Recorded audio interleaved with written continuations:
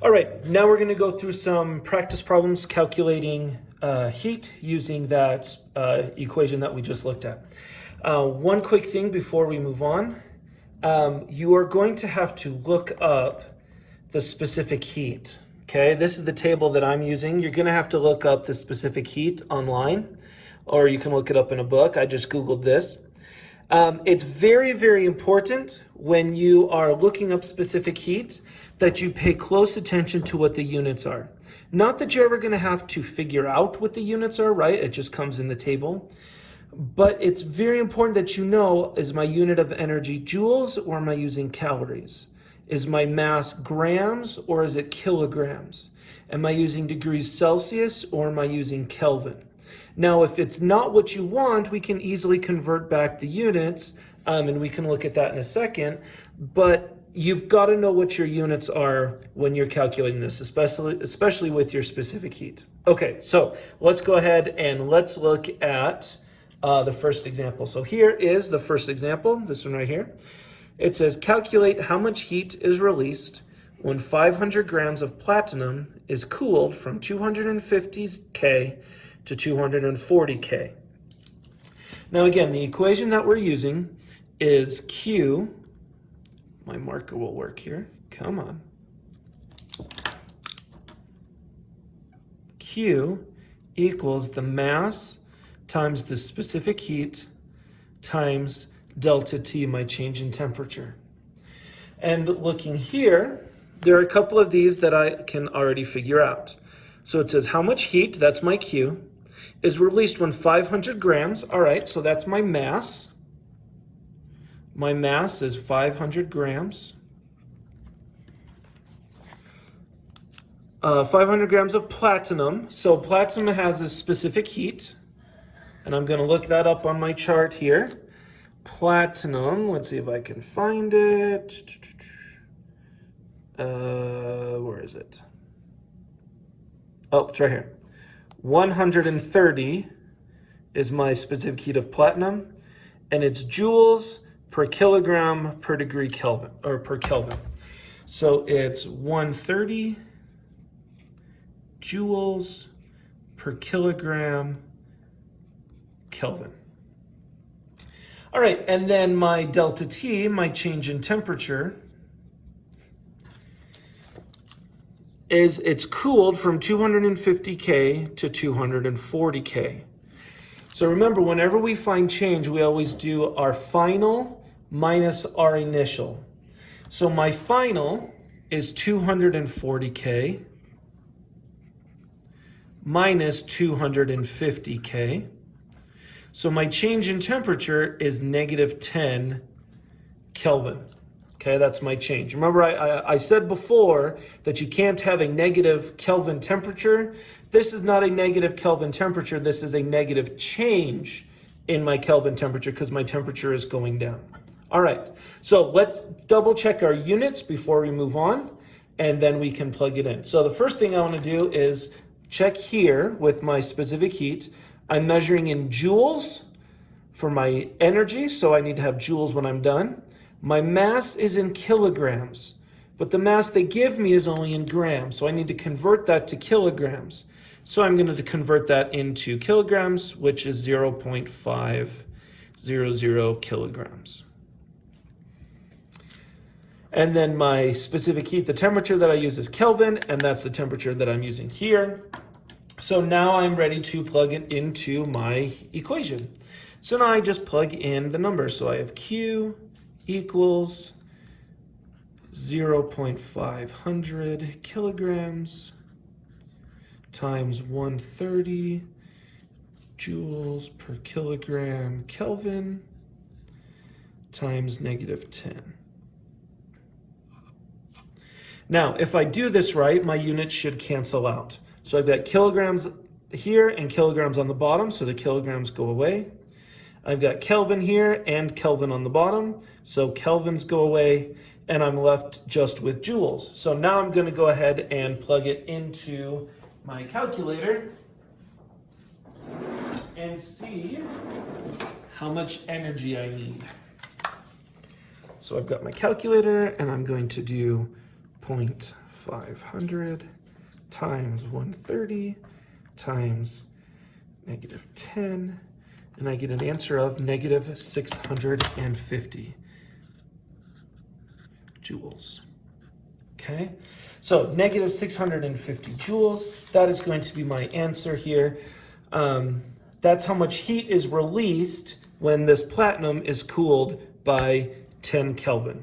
So that's why this is negative, because it's energy that's being released. All right, for our next example, this is going to be our question here. Nope, number 5. It says 2,500 joules of heat is required to raise the temperature of a sample of carbon by 1 degree Celsius. Calculate the mass of the sample. All right, so I'm still going to use my equation, my Q equals mc delta T. In this case, M is what I'm trying to solve for, right? I'm trying to find the mass of my sample. So I know that my Q, it tells me in my question, my Q is 2,500 joules. I know that I'm dealing with carbon, so let's look up that specific heat. Carbon specific heat is right here, 500. So that's 500, again, joules per kilogram per Kelvin. And then my delta T, my change in temperature, it tells me is 1.0 degrees Celsius. Now, you've got to remember, Kelvin, 1 Kelvin is the same thing as 1 degree Celsius. Going from 12 Kelvin to 13 Kelvin is the same thing as going from 27 degrees Celsius to 28 degrees Celsius. So 1 degree Celsius is the same thing as 1 Kelvin when I'm dealing with my change in temperature. So I'm actually just going to go up here to my standard, to my specific heat, and I'm going to change that to degrees Celsius. And that's totally fine. If you wanted to change this to Kelvin, that would have been good too. All right, so now that we've got all of our variables and our units matched, now I can just plug it in. So I have 2,500 joules. I'm going to need more space. Here. So I've got 2,500 joules equals my mass that I'm trying to find, my standard heat, my specific heat, which is 500 joules per Kelvin per degree Celsius, times 1 degree Celsius.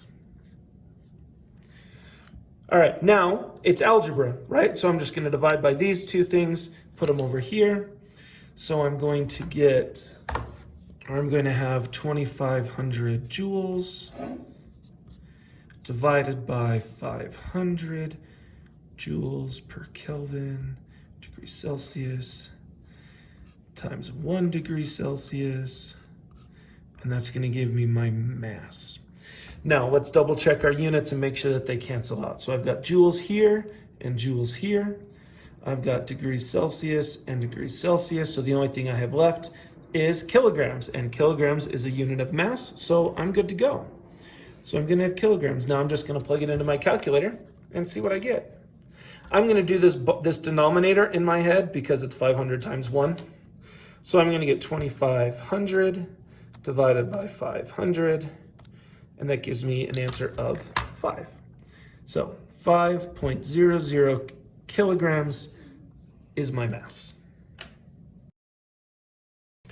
Okay, for our third example, we're going to use this question here. It says 575 joules of heat is applied to a 0.5 kilogram sample of silver initially at 12 degrees Celsius.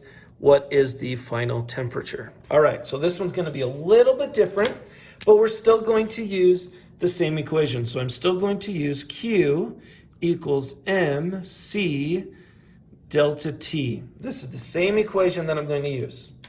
All right, now let's start pulling stuff out of the question. So my Q, again, is my heat, and it says that 575 joules of heat. So 575 joules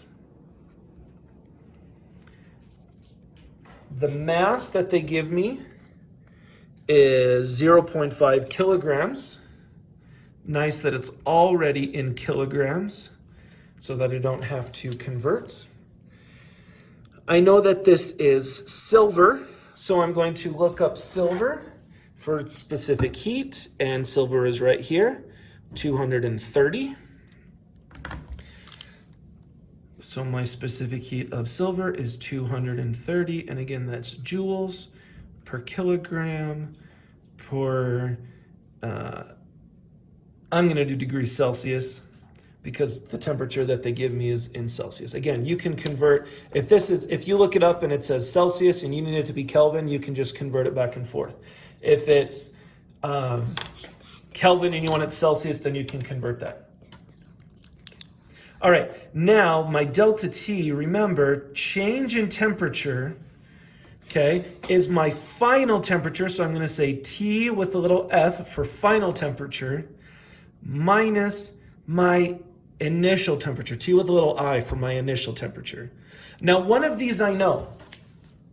If I go back to my question, one of these I know. I know my initial temperature is 12 degrees. I'm trying to find my final temperature.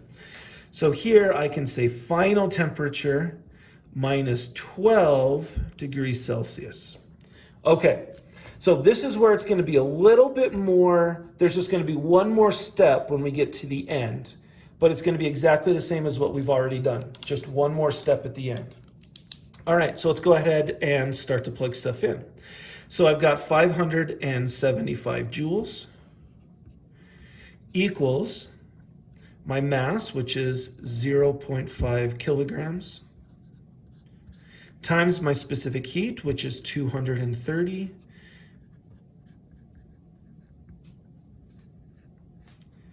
times my delta T. Now, I'm not just going to put in a number like I've done before. I've got to put in this part right here. So it's going to be my final temperature minus 12 degrees. Okay, that's going to be my one added step when I'm done. Now I'm going to do what we just did before with the question before. And I'm going to take my 575 and I'm going to divide it by 0.5 kilograms. I put that in the wrong spot. Divided by 230.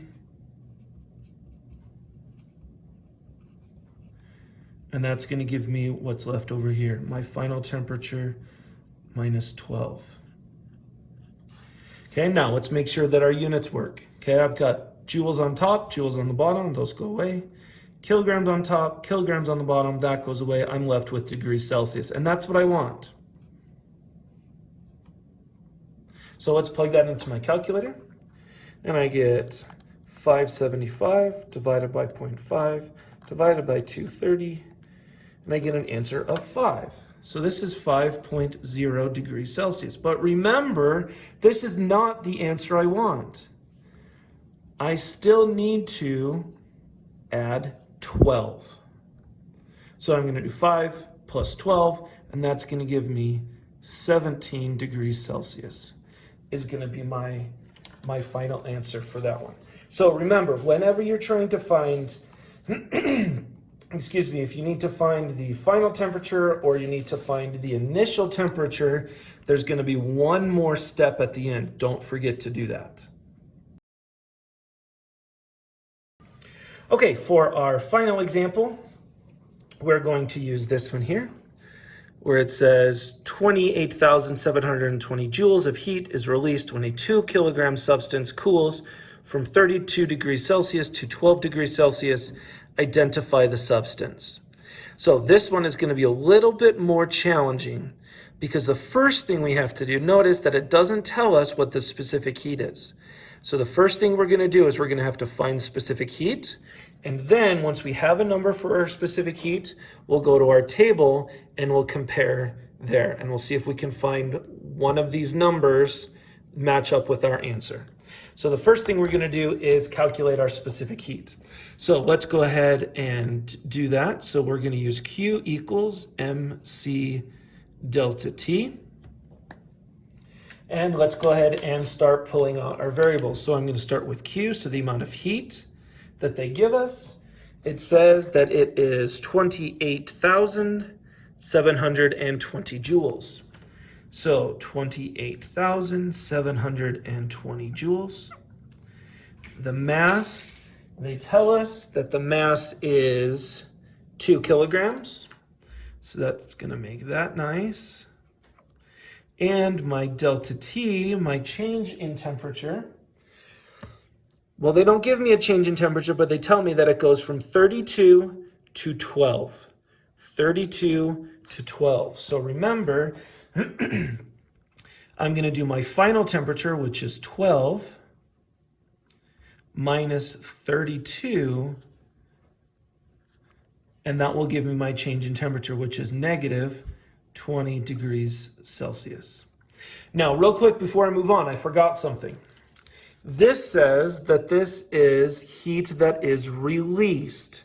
When heat is released, when it's an exothermic reaction, my Q has to be negative.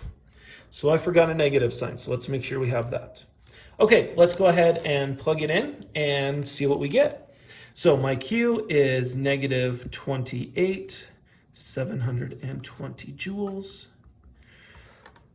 M is 2. C, I don't know. Delta T I found to be negative 20 degrees Celsius. Okay, now I'm just going to divide these over. So this is going to be negative 28,720 joules over 2 kilograms. Negative 20 degrees Celsius. And that's going to equal my C. Now, let's look at our units before we plug in the numbers. I've got joules over kilograms over degrees Celsius. And if I look back here at my chart to the units that I need, it's joules over kilograms. I thought that -1 means, it means that's on the bottom of the fraction, over, this has Kelvin, but again, Kelvin and degrees Celsius, we can switch back and forth in those whenever we need to. All right, so let's go ahead and we'll plug this into our calculator. So I have negative 28,720 divided by 2 divided by negative 20, and I get an answer of 718. So my answer is 718 joules per kilogram per degree Celsius. So that's my answer. Now remember, at least that's the number. The question is asking us to identify the substance. So I need something that's 718 for my specific heat. So if I look here, come on, I look here at my chart, I'm looking for something that's 718 or pretty close to 718. 800 might be pretty close. Oh, wait, there it is, 718. That was pretty nice. So exactly 718. So air is what I'm dealing with. In this question, I've got 2 kilograms of air that is cooling down from 32 to 12, and it's releasing negative 20, almost 29,000 joules. All right, so those are some practice questions that you should be familiar with. You should be familiar with all 4 types, how to solve for all of those different things. You'll see those on your homework. You'll definitely see them on your test coming up. If you have any questions, you have any comments, concerns, feel free to let me know. Reach out, send me an email, drop a comment, and I'll see what I can do to help you. Have a good day, guys. See you later. Bye.